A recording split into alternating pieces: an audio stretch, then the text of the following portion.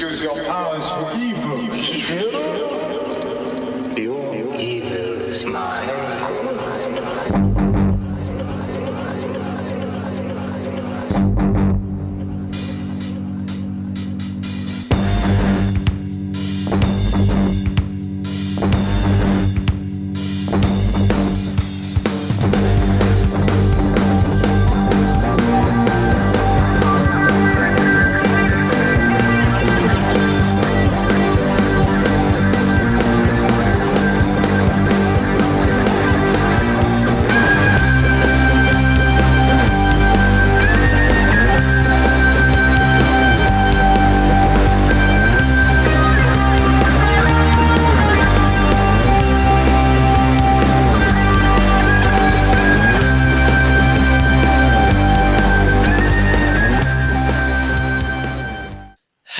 Everybody, and welcome to the first 2017 episode of Next Stop Everywhere, the Doctor Who podcast.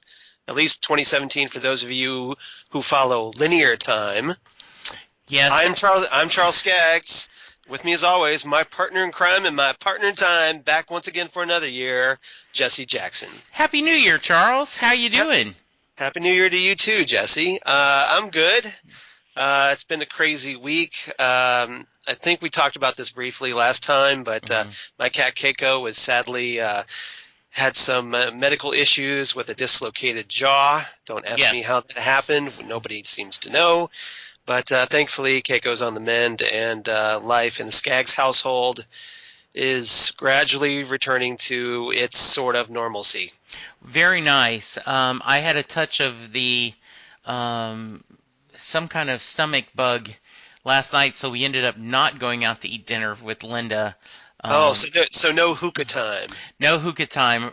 Chris came over, and they put me to bed about 5:30, and I didn't get up till about 7 this morning, 7:30, and then I drank coffee and watched a really cool Doctor Who episode, which just so happens to be what we're talking about.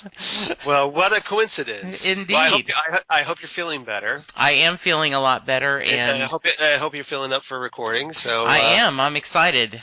All right, so let's talk about this today. We're going to talk about the first episode of the Key to Time saga from the classic series of Doctor Who, season 16, which comprised the entire season 16. So this is a kind of a overarching storyline, and we're going to talk about the Ribos Operation, the very first part, and it's written by Robert Holmes and directed by George Spenton Foster, and I'm looking forward to finding out what you think about it. Yeah, so before we get started, I'm going to ask some questions that I think I know, but just in case, I always kind of think I need to be the voice of the newbies. So this was sort of a change in Doctor Who, right? Because historically, they've been standalone episodes with some continuity, but this was a kind of a twist, so to speak, correct? Yeah, this is the first major, continuing storyline. Mm-hmm. When we've reviewed other Who's, they've been, at least classic Who's, they've been pretty much standalone stories. Most Doctor Who in general is standalone stories, but every so often we get kind of a multi-story, like I said, with an overarching storyline. So in this case, they decided to do something a little different. We've got a new script editor in the form of Douglas Adams, and Douglas Adams, that name may be familiar to some of you, especially those of you who may be watching Dirk Gently's Holistic Detective Agency on BBC America these days. Or if you're more of an old school Douglas Adams fan like myself, you probably are a big fan of the Hitchhiker's Guide to the Galaxy books and the Dirk Gently novels. So before he did that, he was also, like I said, on Doctor Who. And wrote a couple of episodes for Doctor Who, one of which I believe we covered, City of Death. Right. But this time, we're gonna talk about this running storyline where we have the Doctor and the First Romana, Mary Tamm, who is introduced in this story. We're going to be talking about how they're on a quest for the key to time, this very powerful object that has been broken up into 6 pieces because coincidentally there are 6 stories in this season that are spread across time and space, and the Doctor is given this task to locate these objects by the White Guardian, a new character that's introduced in the story as well. So we'll get into this. Yeah, very good. I'm really looking forward to this. This is a, the box set that I actually had purchased for Ken Schaefer as a gift years ago. I have on my shelf, and so this is kind of one of the better known Tom Baker episode, kind of seasons. Sagas. Sagas is a better word. Yeah, this is one of that's pretty much highly regarded by a lot of fans, especially of the Tom Baker era. Yeah. So yeah, I'm looking forward to talking about this. Me too. The last thing I wanted to get into, and then we'll get into a little bit more. Do you have any insight on why they decided to do something a little different, to mess up with the formula, or just to experiment, to try something different? I think they were just trying to try something different to kind of, give the change things up a little, kind of try and keep the show fresh. Okay. Which is at the end of the previous story, the Invasion of Time. We saw the farewell of Leela, the Doctor's previous companion, the Fourth Doctor's previous companion. So new year, new season, new script editor, and a new companion in the form of Romana. And interestingly enough, with going into Romana, without going really deep into this, it's almost she's the first companion from the Doctor's home planet of Gallifrey. Yes. So that's a bit of a change. So we'll talk about that as well. Yeah. So I want to get some specifics, but kind of to start out things, I really loved this first, series of episodes. This, I guess you would call it story. The serial. Yeah. This was. There just was. There was great pacing. I thought the storyline was really well done. This was just by far one of my favorite classic Who episodes that I've watched during this rewatch. So that's I'm very excited. And there's a lot of great lines in this episode. One of the benefits of having Douglas Adams as your script editor. Yes. And because you're going to get some pretty clever lines from the Doctor and Romana in this. And the Fourth Doctor and Romana have it starts off as a very contentious relationship because Romana is kind of forced upon the Doctor. So we'll get into that as well. And so is there anything else before I get into my little general discussion? No, please, let's go for it. Okay. As I said, this is written by Robert Holmes. The first story from season 16, 1978. So we're going back a ways. And hard to believe this is almost 40 years ago, as of next year. So next year will be the 40th anniversary of the Key to Time serial or saga. Mm-hmm. And we had some guest stars in this, as I like to cover. We get the introduction of Cyril Luckham as the White Guardian. Very briefly at the beginning of the episode, he kind of sets things in motion as a plot device. He doesn't return, interestingly enough, until a fifth Doctor story called Enlightenment, which is also part of a 3-part multi-arc. Okay. Which is known as the Black Guardian trilogy. And maybe at some point we will discuss that as well. Okay, sounds good. But for right now, we also get this character actor named Nigel Plaskett as Unstaff in this story. He was, interestingly enough, he's a puppeteer, and he actually worked on Muppet Treasure Island and The Hitchhiker's Guide to the Galaxy movie. So there's a nice little extra Douglas Adams connection in the story. Very cool.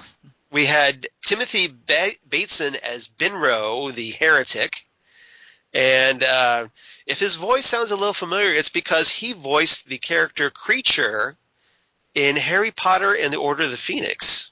Nice. So you actually get to see what Creature, the guy who does the voice of Creature, looks like in this story. We have Prentice Hancock as the Shreve captain. He's done some.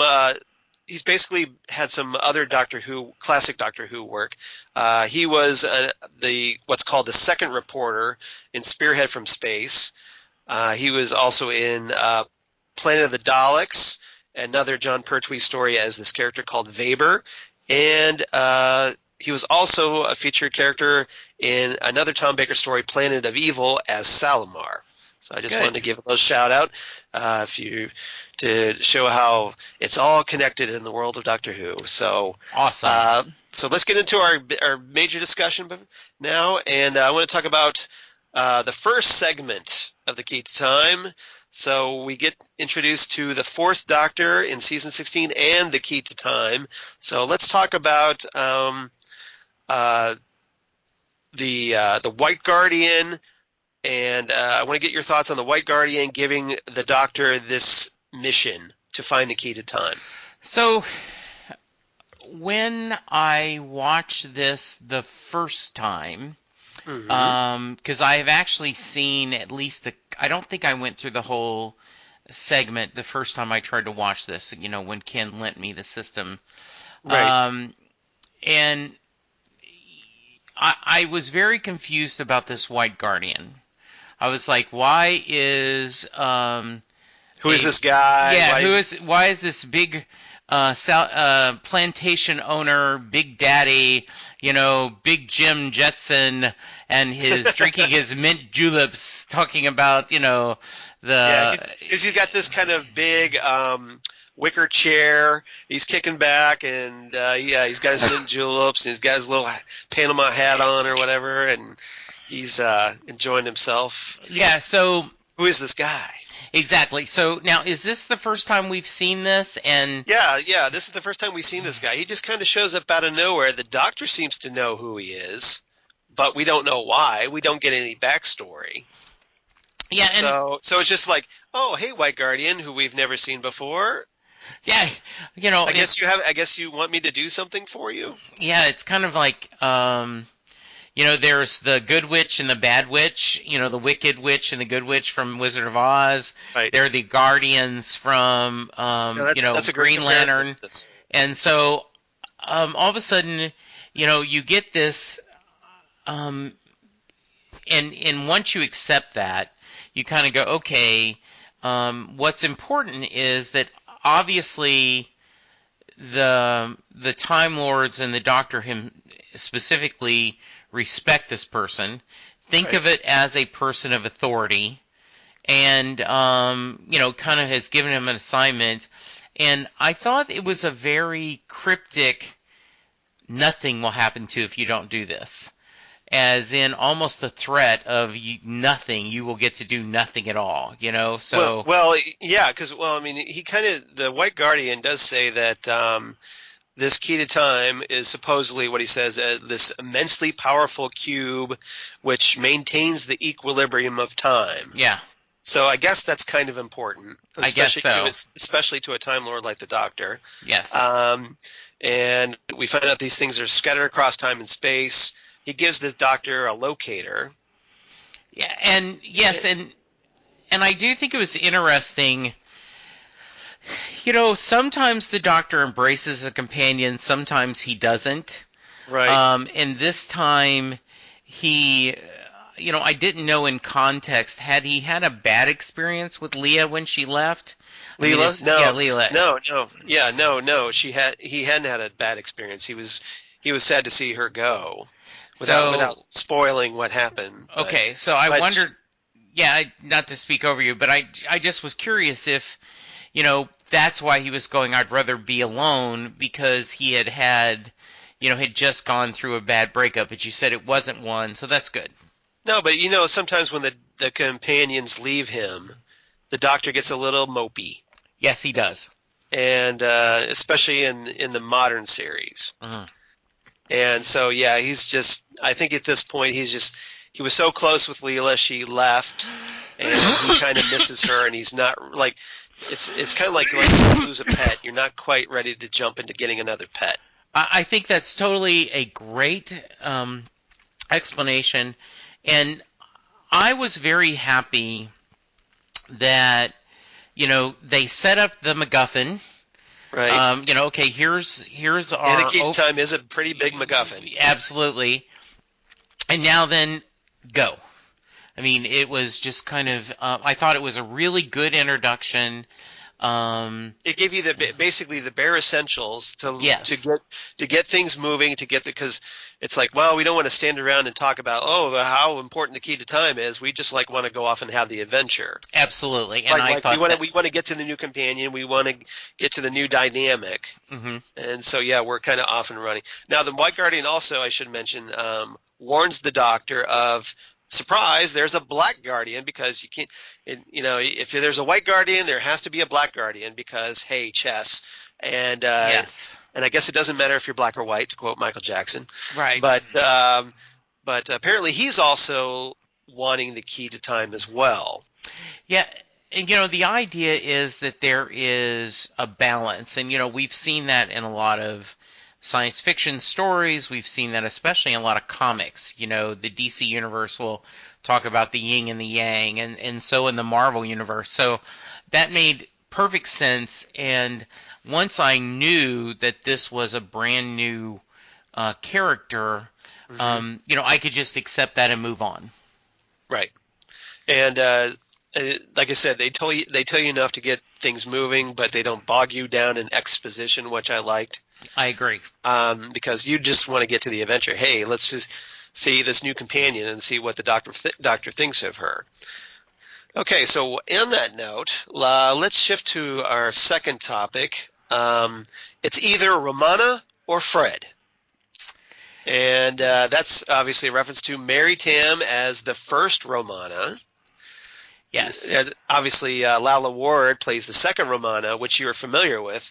So right. I'm kind of really wanting to know what you thought of Mary Tamm introduced as the first Romana. I loved her. I think their chemistry right from the beginning is something really fun. I love the way that she immediately gets under his skin. Right. He is this, he is this kind of renegade Time Lord. He's been out doing things. He has no respect or even admiration for Gallifreyan society. Right. And here you come with a fairly new graduate, someone who is very particular, and not just about the rules, just the structure, and very proud of her accomplishments. And a little snooty. Yes. She was a triple At first.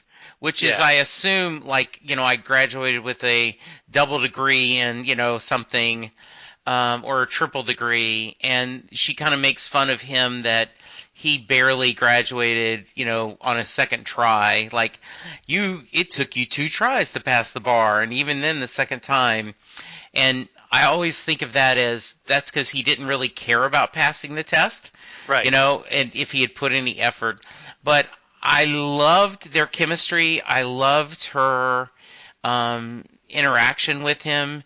I think it's very like an old movie, like Spencer Tracy and Katharine Hepburn, perfect choice, or The Thin Man, with Myrna Loyd, and so it's that kind of bantering dynamic, and a very attractive companion, but in kind of a I don't want to say glamorous, but she is not a someone gonna put on the dungarees and go out and work. She truly does give that air of aristocracy. Yes, that is exactly the word I was looking for, and I like that. I like that change of him kind of not having any interest in that, and I always love when the companion is smart in their own way. Martha is my favorite modern companion because I always thought her as a doctor brought in her own skill sets. Right. So this is, I absolutely love it. I love that he called her, I'm going to have to call you Ramona. She doesn't like that. And he goes, okay, it's that or Fred. Right. And she goes, then pick Fred. And he then continues to call her Ramona. A wonderful set of chemistry. And you're just like, okay, I want to spend time with these two people. I don't care what they're doing. Let's just put me in the room with them, and they're going to have fun. Right. I totally agree. Mary Tamm is a stunning beauty to say the least, but she has this, like as you said, they have this great chemistry, and it's a very interesting dynamic that they have set up with her as someone from Time Lord society, because you've got the Doctor. He's older. He's obviously more experienced. He's more streetwise in the sense of the time. He goes out and into the time and space. He's left the safe confines of Gallifreyan society, so he knows what's out there. You've got Romana, on the other hand, who has been she's very studious. She's essentially the Hermione of Doctor Who, to start off with, to put it in a modern context. She's kind of a know-it-all. She thinks she knows more than the Doctor. Sometimes she does know more than the Doctor, but obviously you can't show up the Doctor too much, especially in the 1970s. So the Doctor kind of takes her down a notch, and they have a nice little balance off each other as a result. Charles, I'm so glad you brought that, because I was going to say that the Doctors, the key to time were Horcruxes before Horcruxes were a thing, right? There's Exactly. these 6 things scattered apart. So you kind of have to wonder, we know that J.K. Rowling watched Doctor Who. Absolutely. Did she get the idea for Horcruxes from the Key to Time saga? I believe it is. I would say so. Yes. But yeah. So it certainly seems that way, doesn't it? Absolutely. But, it's a very interesting coincidence, if nothing else. Mary Tamm's great. Now, she does obviously mellow in the following stories, which we'll cover in the next several episodes. But for right now, this first episode, it's a very contentious relationship that starts to mellow by the time the story's over, as the Doctor kind of warms to her. Yes. But at first, the Doctor is just outraged. He's like, why are you in my TARDIS? Why are you forced upon me? I didn't ask for you to be here. And I think she's a constant reminder of Gallifrey as a result. So obviously that gnaws at the Doctor, because he has this antipathy toward Gallifrey. He absolutely does. And, in a lot of ways, it's like you're just a babysitter. Why do I have to have a babysitter? And she can't make tea. Of course, she doesn't know anything, useful. And then that's almost kind of sexist, dismissive. Yes, it is. From the Doctor. It is. Because it's like, hey, I don't care how brilliant you are. Can you make me some tea? Yes. You're just like the tea lady. There is my assistant. And Charles, I agree with you that it comes across sexist, but I think he has that same disdain for almost any new person he meets. Right. So that it isn't necessarily just because she's female; it's because she's an unwanted companion. And I agree. And with this Doctor in particular, he can be a little unpredictable at times, yes. and has strong opinions, and actually isn't afraid to mix it up with people. So it's kind of prone to being a little contentious. Yes. And Tom Baker's Doctor certainly that makes for that confrontational, but it creates a little initial conflict, which makes things a lot more interesting. It does. I do think it's kind of nice he gets her a coat, and later that, he is, kind enough that like, well, here, try this. Right. Of course, he with his extra long scarf these episodes, and his full coat, that was awesome. Yep. And you also had Romana getting used to K9. Yes. because K9's obviously been with the Doctor, with Leela. So she's kind of sees him as, at first she sees him as more of okay, you're just a computer. You're supposed to do what I want you to do. Right. And why aren't you more helpful? And then she kind of comes around to accepting him as more of a fellow companion. Absolutely. In their travels. So so we had that. Okay. You talked about how we had this bit where Romana kind of calls the Doctor out on his age. Yes. Yeah, she says that he's 759. The Doctor's like, well, I'm only 756, as if a few years matters at that point. Yeah, I thought that was kind of fun. That it was. And Romana thinks he's already lost count. Yes, and I do know that I am currently 57. And every once in a while, I have to think, like, now, how old am I again? So I would think that, yes, it is, when you reach that age, you may have to think for a minute. Right. And Romana says that there's another great follow-up where she says, well, I'm 140. And the Doctor's like, well, you're remarkably well preserved. Yes. And she takes it as a compliment. Yes, she does. All right. So anything else about Romana?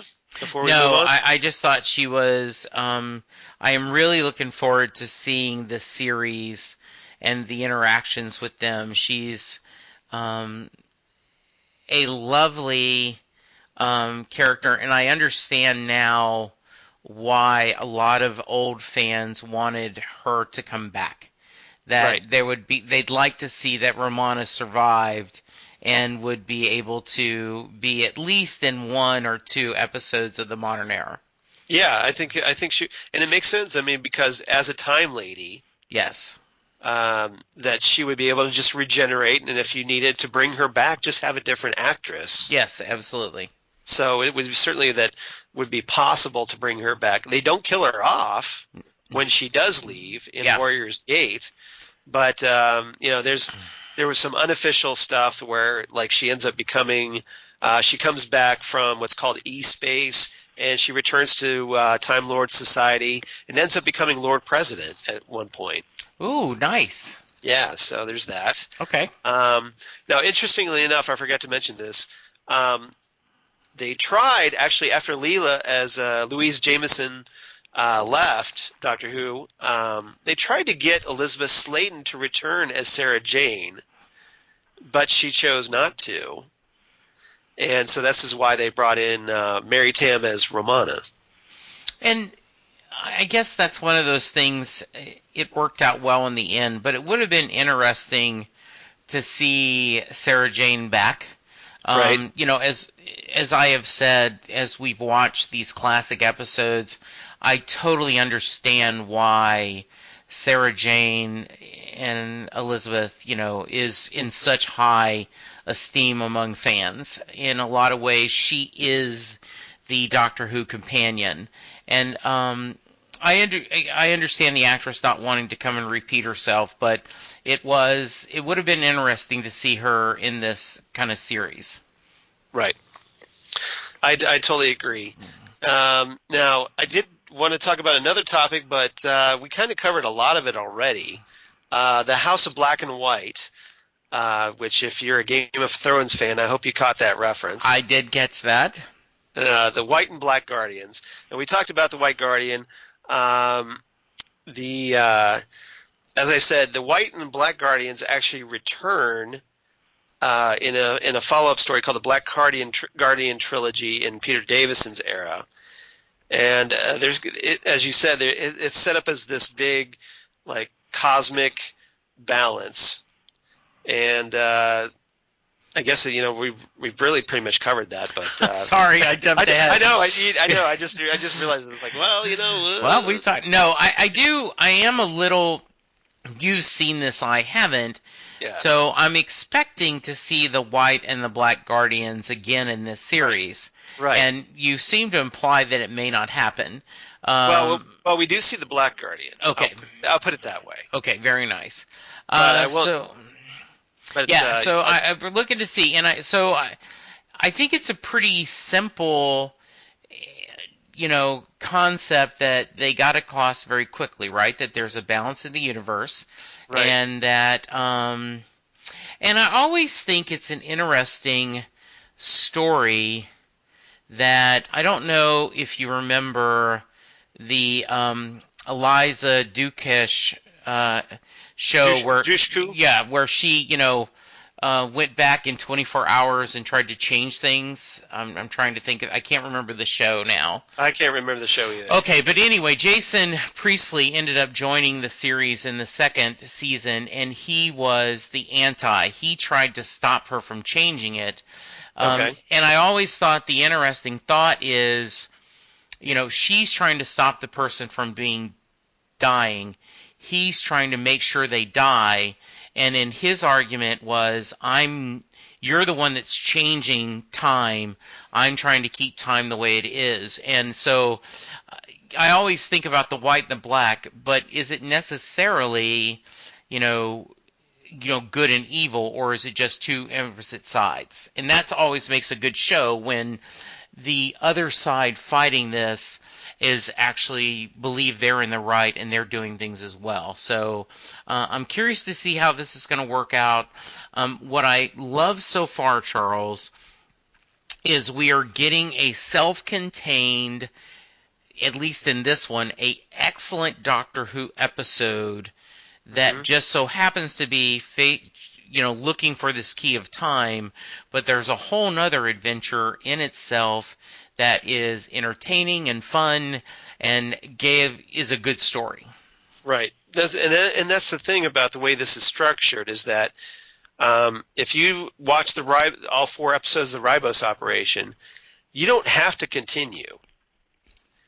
You pretty much get a self-contained story, apart from the key to time. But if you didn't really care about the key to time, you could say, okay, that was a great story. But if you're interested in the key to time and that mystery of okay, what happens when this thing is finally put together, then that's obviously gives you more to enjoy, but it's not required to understand what's going on.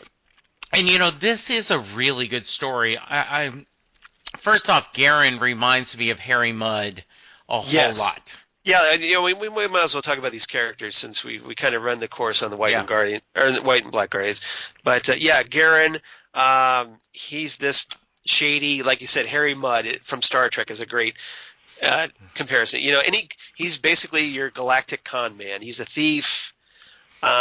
He's looking for the big score, like Quark on Star Trek Deep Space Nine. Yes. That kind of shady but yet also likable character. And in fact, at first, when he's being the intergalactic real estate agent, I did not understand this was a scam. It wasn't till in the second episode when the guy with the honest face, his character and his sidekick in the really dark, bad wig is talking about, and here's the map that my father had. And right. And it's all part of this big con. Yes. And it was like, this is wonderful. I also love the storyline. It's a trope, but Doctor Who did it really well of the, I've lost my kingdom, and now that I'm fighting to get the resources and the army together to reclaim my rightful role as ruler. We go back and talk about this in the episodes, in the 2 or 3 next segments, about how he was a bad leader, and when he was kicked out. But you don't know that at first, but it's... And then in episode 4, he just completely loses it. Yes, he does. He just totally goes off the cuckoo for Cocoa Puffs. Yeah, when Graf and for his general, his general dies. Yeah, Shokla. And it was, and I have no problem when you do a storyline that is often repeated, a trope, if you do it well. And I thought this was really well done. In fact, this is one of the best standalone Who stories I've seen that you've had. I just think that all 4 episodes moved quickly. You had interesting characters, a really sweetness Right. of the heretic. That I thought that's a nice storyline. Yeah, that was great. Yeah, because the episodes 3 and 4. Yeah. We have this kind of exchange. We're introduced to Binro the heretic, who we find out was this guy who actually believed that the stars in the sky weren't just jewels, that were actually suns. Yes. And they might have planets around them. And apparently he voiced this opinion to people and became the social pariah as a result. And it pretty much ruined his life to where he's homeless on the street. And so now he meets Unstoff, who's actually from one of those other worlds. Mm-hmm. And he gets that validation. And I think it's a really great little subplot story. I do too, Charles. And I love the idea that Benro, is dirty. He's missing teeth. I mean, he does not look like a Galileo or a great scholar. He looks Right. like a homeless, urchin. And he's an outcast. He is an outcast. And then to see that he's right. And there's this great line that years in the future, it will be said Benro was right, was very touching. And he actually sacrifices his life to save Unstoff. Yes. And he's like, well, hey, as you told me I was right, that's all I need. Yeah. And they're good characters when you say, oh, let's get a Garen and Ustav spinoff. I'd like to see them in a movie. Yeah. Their further adventures, the Khan. They could obviously carry their own show if they wanted to, but it's just, I mean, you've got that kind of like, okay, you've got the older con man with the younger con man, and they've got a great dynamic, and you have this very over the top actor as Garen. And just larger than life, and it was a lot of fun. So and I love while we're on the subject of Garen, I have to mention this. I love the part at the end where Garen's like, he goes to the doctor. He's like, "Hey, we're friends, right?" And he tries to steal the Jethric from the doctor, and thinks that he's stolen it. And it turns out, well, guess what? The doctor just totally stole it back. Because, hey, he's the doctor. He knew exactly what you were doing. And replaced it with this fake rock that you tried to swindle him with. I absolutely love that. I also, when Garen and Romana and the doctor were all, prisoners, and he was talking about, sharing his history of America, when he was at the Earth, and, selling I wouldn't sell the Australia Opera House now. That's just too much. But yes, I agree. When the doctor says sleight of hands, and then Garen still has the chutzpah to, hey, can I just hold it one more time? And the doctor had just said, and the kind of double switcheroo, and the doctor's like, okay. Yeah, sure. Okay. No big deal. And it was just, you could see him twisting, and then the doctor bumps against him. You knew that was going to happen, and you knew that was such a wonderful, a nice way to end this. And then you kind of get the bookend where they changed it to the first key of time, and, the doctor look at Romana and go, and there's 5 more. Yep. It's like, what a great ending. I thought so too, and that's so. Is there anything else you want to talk about this story? No, like I said, we it is a pretty simple story. But... It is a simple story, but it's a good story, and it is a and it's a great introduction to Romana and the premise for the season. And I also love the fact that Romana is.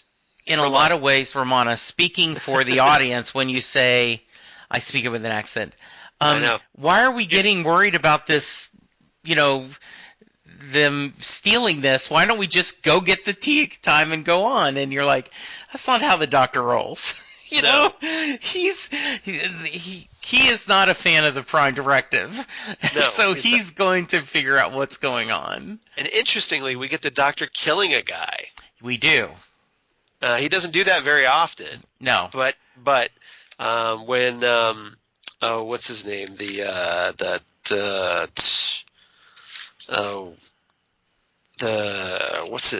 guy that he kills. I'm trying to remember the Graf Vindicay. Yeah, because he's kind of lost his mind. Yeah, he's basically gone completely off the deep end. Because and he's like, I'm just raging.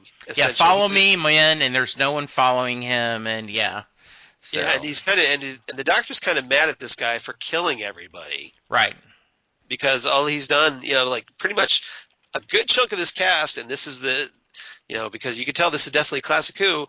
There's a lot of people who die in this story. Yes. A lot of guards. He just the Graf just like kills people at will, just because he's in the mood or to make a point.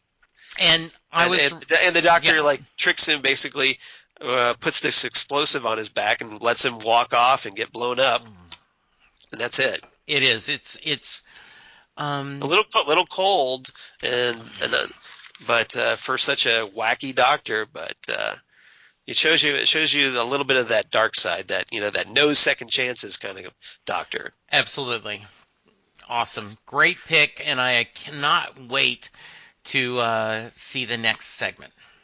Yep. By the way, the other stories where he does kill somebody, the Brain of Morbius, the Two Doctors, and Dinosaurs on a Spaceship. Okay, there you go. So it doesn't happen very often like that. No, it doesn't. It doesn't. All right, so let's see. Let's get into favorite quotes. There's a lot of great lines in this story. I got to imagine you have some. You can't be a successful crook with a dishonest face. Right. That was one of mine. How about you? I like that first exchange with one of the first exchanges with the Doctor and Romana, where the Doctor's like, "What's your name?" And she replies, "Romana Devora Trelander." And the Doctor replies, "By the time I've called that out, you could be dead. I'll call you Romana." Yes. Romana's like, "I don't like Romana."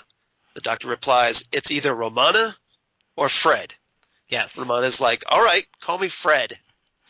And the Doctor says, "Good, come on, Romana." Right. Which is what he wanted to call her anyway. But yeah. I love at the very beginning when he goes, what do you want me to do? Stay out of the way as much as possible and try to stay out of trouble. He at times can have a very not a very high opinion of his companions. No. Yes. Yeah, I'd say so. And there's another great exchange between the Doctor and Romana I had, where Romana's trying to psychoanalyze the Doctor. Right. And she does a lot of that in this story. She does. I guess that's maybe how she tries to understand him a little bit. So she goes, "Of course, now I realize that your behavior simply derives from a subtransitory experiential hypertoid-induced condition aggravated by multi-encephalological tensions," which is a bit of a mouthful. Yes. The Doctor replies, "What is that supposed to mean?" Romana replies, "Well, to put it simply, Doctor, you're suffering from a massive compensation syndrome." I love this. Burn. Yes, my last one is I love Garen going, "I don't sell mines, I sell planets." Yeah, there was a lot of good Garen lines in this. Yes, story. he was. I loved him. Yeah, he was great. The other line I had that I really liked is where I think it's when the Dr. Romana and Garen are kind of like in that little hidey hole together, where like Romana's laying on Garen and Garen's trying to breathe through her fringe fuzz that's on her, and the Doctor's on top of Romana, and the Doctor tells Romana, "If you call that nearly being killed, you haven't lived yet." Yes, I did like that. Yeah, just so much fun. Great stuff, Charles. Yeah, I thought so. All right, moving on. Rating. I gotta imagine your rating's pretty high. In this Yes, I'm giving it 9 out of 10 secret hidden treasure maps. That's pretty good for a classic story. Yeah, this is a, once again, sometimes I think you've only rated Spearhead from Space higher. I think so, and once again, this is a really good. What's odd is even though this is set up for a season-long arc, this is a really wonderful standalone adventure. You don't need to know a lot of back history. Just here's the Doctor, a new companion, and they're out having adventures, and it's a good adventure. And so yeah, I really like this one a lot. How about you? That's great. I also enjoy this one a lot. It's only the first part, so I'm only going to give this 8.5 out of 10 pieces of Jethric. Okay, very nice.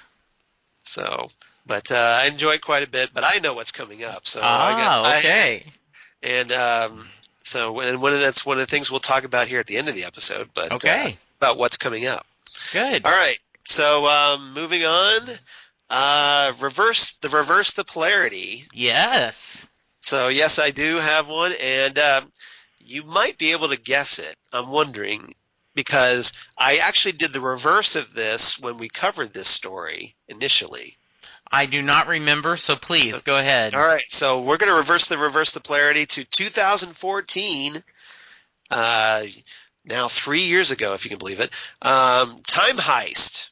Yes, this is perfect. This is another heist. This is one of the few heist stories that we have in Doctor Who. So, Time Heist, the 5th episode from Series 8 in 2014, written by Stephen Thompson and Stephen Moffat, because of course Moffat had to get his name on it. And we have the 12th Doctor and Clara abruptly finding themselves in a strange room on an alien planet. They arrive with and they meet Cybra, a shapeshifter, and Psy, a hacker with cybernetic implants. And none of them have no memory of how they got there. So they find this recording of themselves agreeing to a short-term memory wipe, and with instructions from an unknown entity known as the Architect.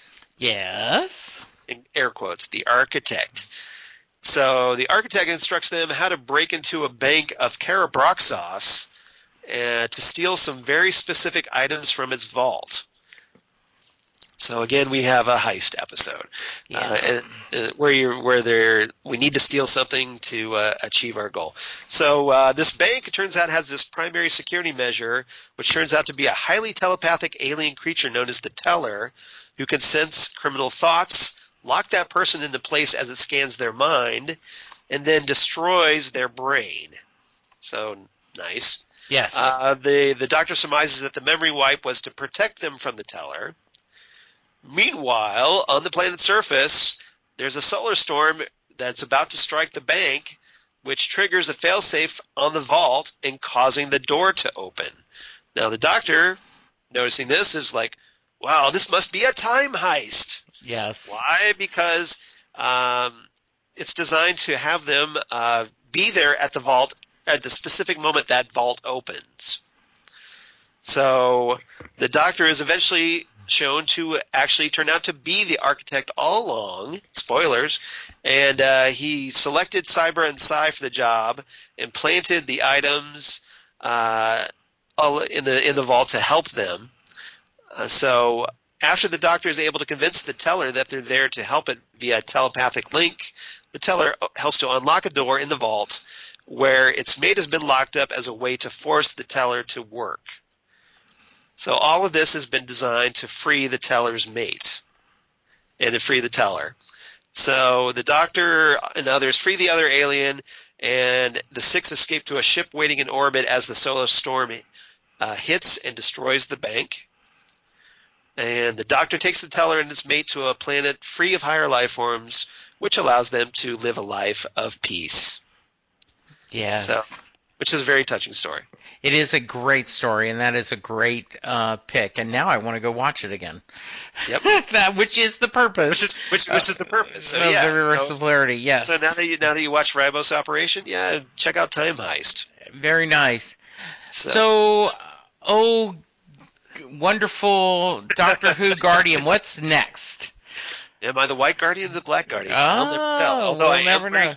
Although I am wearing a black T-shirt today with. You are, and But it has the I am fourth wearing Doctor one on of my Christmas presents. Chris it. Jackson bought me it is a wonderful Doctor Who T-shirt that has all the Doctors as if they were video game characters. Yeah, like if it was like a Nintendo 64 Yes. video game, which is Yes. great. Like they're the characters you can choose from to play. Right, and right now they have Tennant versus Baker. Right. So, yes. That would be an interesting contest. That would be. All right. I'm sure there'd be a lot of talking because both of those doctors love to talk. Yes, they did. All right. So next time on Next Stop Everywhere, what are we going to talk about? Why, the second serial in the Key to Time saga, The Pirate Planet by Douglas Adams. So this is another Doctor Who story that Adams wrote. And as you might expect, it's quite a bit of fun. Yeah, I'm looking forward to this. I do not just say one thing. Yeah. Space pirates. Yay! One of the things that I don't want you to spoil me, but just I'm going to go on record as saying, is I'm curious what these 6 serials, how much they change in tone. You kind of have an overall concept, but then are you going to execute? Because this one was kind of a heist. It was a funny one. So I'm curious to see the other 5, the different tones and kind of genres they go to. So that's one of the things I'm going to be looking for and talking about as we go through these next 5 episodes. Yeah, and with the Pirate Planet, it's obviously more of a traditional Douglas Adams romp, where you've got a lot of stuff going on, a lot of weird, eccentric characters, a lot of great dialogue. Yes. And you kind of see the Doctor and Romana settling into their relationship together as their companionship, rather. And it's a fun little story. I like it quite a bit, not just because it's Douglas Adams, but having Douglas Adams write it certainly doesn't hurt. But we've got other stories coming up. We've got the Androids of Tara, and there's a story called The Power of Kroll, which may not be your favorite story. It's certainly the dog of the season. Okay. There's always one, but it's if you look at it more of in a mystery science theater kind of way. Okay, that sounds good. We can get through it hopefully, but so we have it, and then everything ultimately leads up to the Armageddon Factor, which is a 6-part story to end the season on. Okay, so that's what. All right, that's what we got. Looking forward to it. So, if someone wants to reach out to the show, how can they, Charles? They can reach out to us, at nextstopeverywheresmg@gmail.com, and just throw us a line there just to see if it actually works, because we never get mail there. I don't know what's going on, but I don't know if you ever get anything off that. No, I do not. All right, so but you can also check us out at Next Stop SMG on the Twitter machine, and you can find us at Next Stop Everywhere, the Doctor Who podcast, on Facebook, of course. That's a great way. Both Twitter and Facebook are great ways to get a hold of us. If you have some thoughts, share your thoughts about the Key to Time as we're going through the season. Obviously, you know what we're going to be covering for the next several episodes if you're a fan of the Key to Time. So, or you have Wikipedia, just saying. So you can let us know what you think of what's coming up or what you're looking forward to, and you can reach us there.